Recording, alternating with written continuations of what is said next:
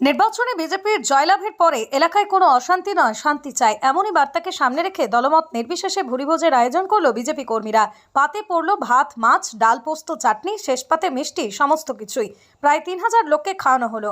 পশ্চিম মেদিনীপুর জেলার ঘাটাল ব্লকের সুলতানপুর গ্রাম পঞ্চায়েতের গোবিন্দপুর গ্রামে আজ দুপুরে দলমত নির্বিশেষে ভুরিভোজের আয়োজন করলো এলাকার বিজেপি কর্মী সমর্থকরা।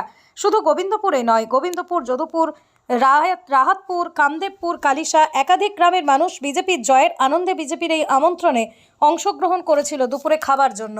এই বিষয়ে বিজেপি নেতা কৌশিক হাজরা বলেন, ভোটের আগে নানা অপপ্রচার করা হয়েছিল যে বিজেপি এলে বাঙালির সংস্কৃতি নষ্ট হয়ে যাবে, মাছ মাংস খাওয়া বন্ধ হয়ে যাবে।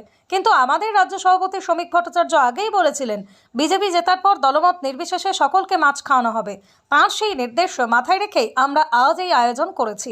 বিজেপি বাঙালির সংস্কৃতি, ঐতিহ্য, খাদ্যাভ্যাসের বিরোধী নয়, সেটাই আমরা মানুষের সামনে তুলে ধরতে চেয়েছি।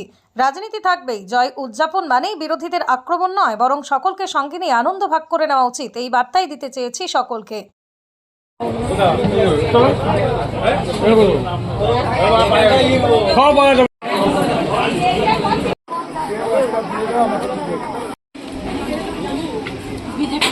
বিজেপির তরফ থেকে কি খাওয়াচ্ছে? কি মাছ ভাত সবাইকে খাওয়াচ্ছে? আর কি আছে মাছ ছাড়া? আর কি আছে? মাছ, ভাত, পোস্ত, ডাল, চাটনি। আচ্ছা, গ্রামের সকলেই খাচ্ছে? হ্যাঁ, সবাই সকলেই আনন্দ করে। আপনার নাম? পুনম। বিজেপির তরফ থেকে কেন খাওয়াচ্ছে? কেন খাচ্ছে? জিতেছে বলে? কি কি আছে মেনুতে? আছে মাছ আছে, পোস্ত আছে, ডাল আছে, চাটনি আছে, মিষ্টি আছে।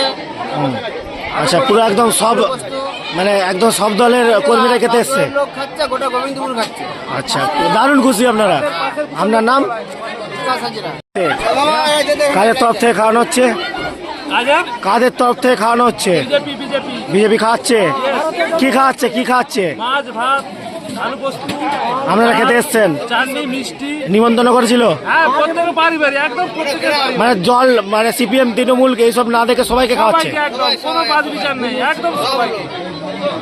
সবাই পুরো গ্রাম খেতে এসছেন? পুরো গ্রাম একদম, পাশের গ্রাম বলা হয়েছে। আপনার নাম? শঙ্কর জানা। দাদা, আজকে দেখলাম মাছ ভাত খাওয়ার ব্যবস্থা করেছেন, কি কারণে মাছ ভাত খাওয়াচ্ছেন?